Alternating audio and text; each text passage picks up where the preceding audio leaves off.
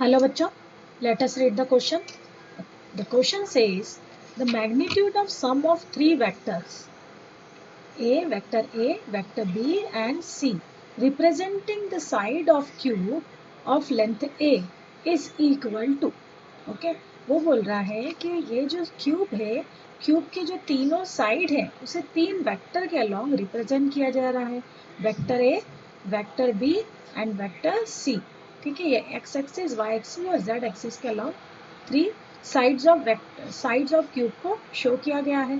अब क्यूब की जो लेंथ है वो ए है, तो इसका sum of magnitude of sum of three vectors क्या होगा. ठीक है, तो अब हमें पता होना चाहिए कि concept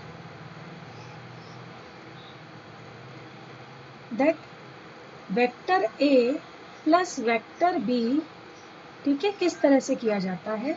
so let us suppose A is a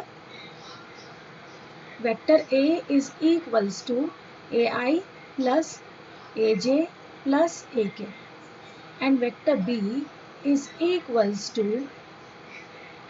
B I plus B J plus B के.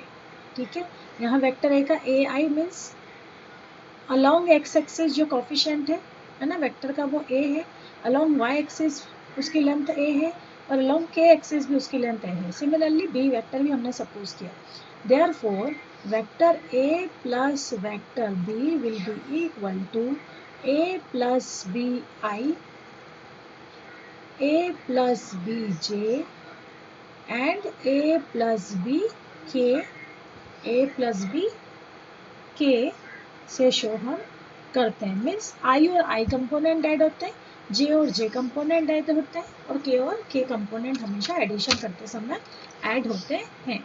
तो चलिए देखते हैं क्वेश्चन में हमारा एक्स एक्सिस के अलोंग जो लेंथ है उसको हम कहेंगे, एक्स एक्सिस के अलोंग जो लेंथ है उसे ए आई से रिप्रेजेंट करेंगे, है ना. आई कैप क्या है, unit vector along X axis. इसी तरह से जो वाई एक्सिस के अलोंग जो लेंथ है उसे हम ए जे से रिप्रेजेंट करेंगे और z एक्सिस के अलोंग जो लेंथ है उसे हम ए के से रिप्रेजेंट करेंगे.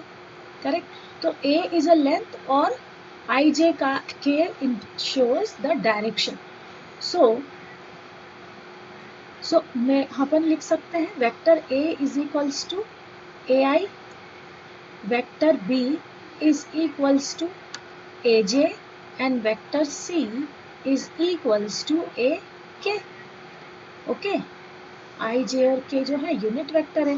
Therefore we can find vector A plus vector B plus vector C will be equal to A I plus A J plus A K.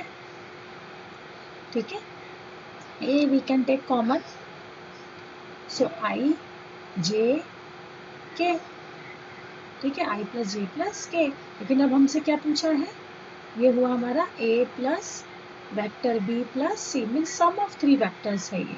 ठीक है, अब हमें उससे क्या फाइंड करना है, उसका हमें मैग्नीट्यूड निकालना है. तो किसी वेक्टर का है ना मैग्नीट्यूड हम कैसे फाइंड करते हैं.